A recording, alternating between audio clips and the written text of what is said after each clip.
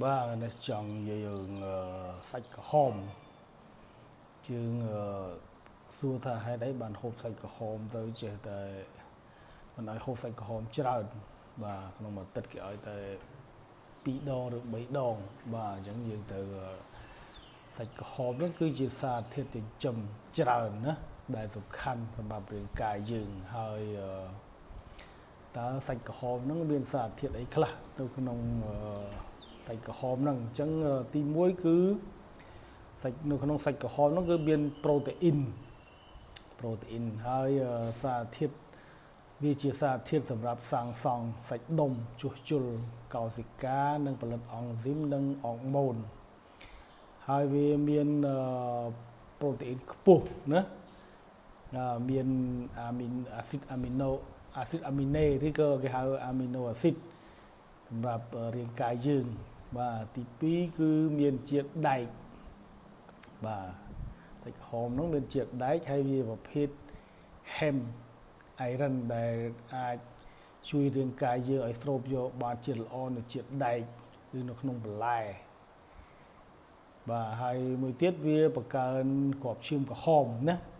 ជាតិដែក ហ្នឹង វា ជួយ បង្កើន គ្រាប់ឈាមក្រហម គឺ hemoglobin ក្នុងឈាម ដែល ចាប់ ដឹកនាំ អុកស៊ីហ្សែន ទៅ ចិញ្ចឹម កោសិកា ទី 3 គឺ មាន ស័ង្កសី បាទ មាន ស័ង្កសី ហ្នឹង តួនាទី វា ជួយ ការ រំលាយ សារធាតុ អាហារ ការពារ ផ្ទៃ ស្បែក និង ការ ឆាប់ ជា សះស្បើយ របួស បាទ ហើយ មួយទៀត គឺ ជួយ ប្រព័ន្ធ ភាពស៊ាំ ណា អញ្ចឹង ជាតិ ស័ង្កសី ហ្នឹង ហើយ តទៅ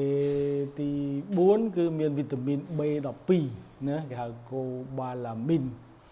ហើយ វីតាមីន B12 ហ្នឹង មាន នៅ ក្នុង សាច់សត្វ ហ្នឹង ណា ហើយ វា ជួយ ផលិត កោសិកា គ្រាប់ឈាមក្រហម និង រក្សា នៅ ប្រព័ន្ធ ប្រសាទ ណា ថែ រក្សា សុខភាព ប្រព័ន្ធ ប្រសាទ ផ្សៃប្រសាទ របស់ យើង ហ្នឹង ហើយ ទី 5 គឺ មាន វីតាមីន B6 និង B3 ណា ហើយ វីតាមីន ហ្នឹង គឺ ជួយ ដល់ ការ រំលាយ អាហារ និង ផលិត ថាមពល បាទ អញ្ចឹង ដូចថា អ្នក ខ្លះ បើកឡាន ហ្នឹង គេ ឲ្យ ញ៉ាំ B6 ហ្នឹង ណា ជួយ កុំឲ្យ ល្ងុយគេង អញ្ចឹង ហើយ បាទ ដូច កន្លងមក ហ្នឹង គឺ អ្នក បើកឡាន កាលណា គាត់ អត់ បើកឡាន ចាំ កុំឲ្យ គេងលក់ គេ ឲ្យ ញ៉ាំ ពិសេស ពួក អ្នក រត់តាក់ស៊ី ចូលចិត្ត ញ៉ាំ បាកាស ឬក៏ ផៅ ស្អីណា ហ្នឹង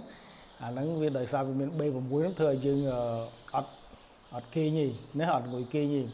ប៉ុន្តែ ដោយសារ អា ពួក គ្រឿងកំប៉ុង ហ្នឹង មាន ជាតិស្ករ ច្រើន តែ ហូប យូរ ទៅ កើត ទំនោរផ្អែម ណា បាទ ទី 6 គឺ ខ្លាញ់ អញ្ចឹង មាន ខ្លាញ់ ដែល មាន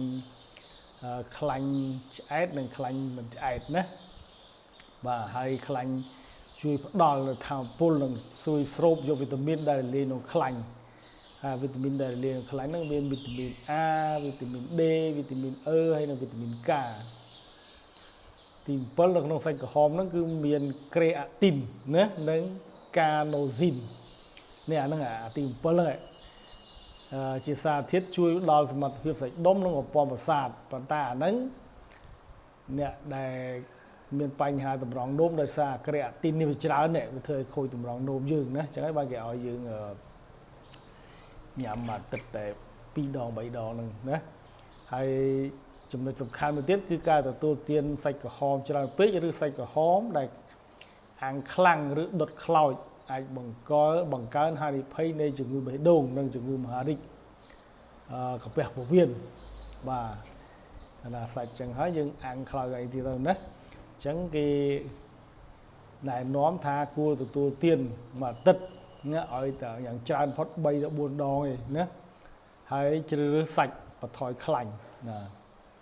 បាទ ហ្នឹង គេ និយាយ អំពី សារៈប្រយោជន៍ នៃ សាច់ក្រហម គឺ មាន ប៉ុណ្ណឹង បាទ សូម អរគុណ សូម ជម្រាបលា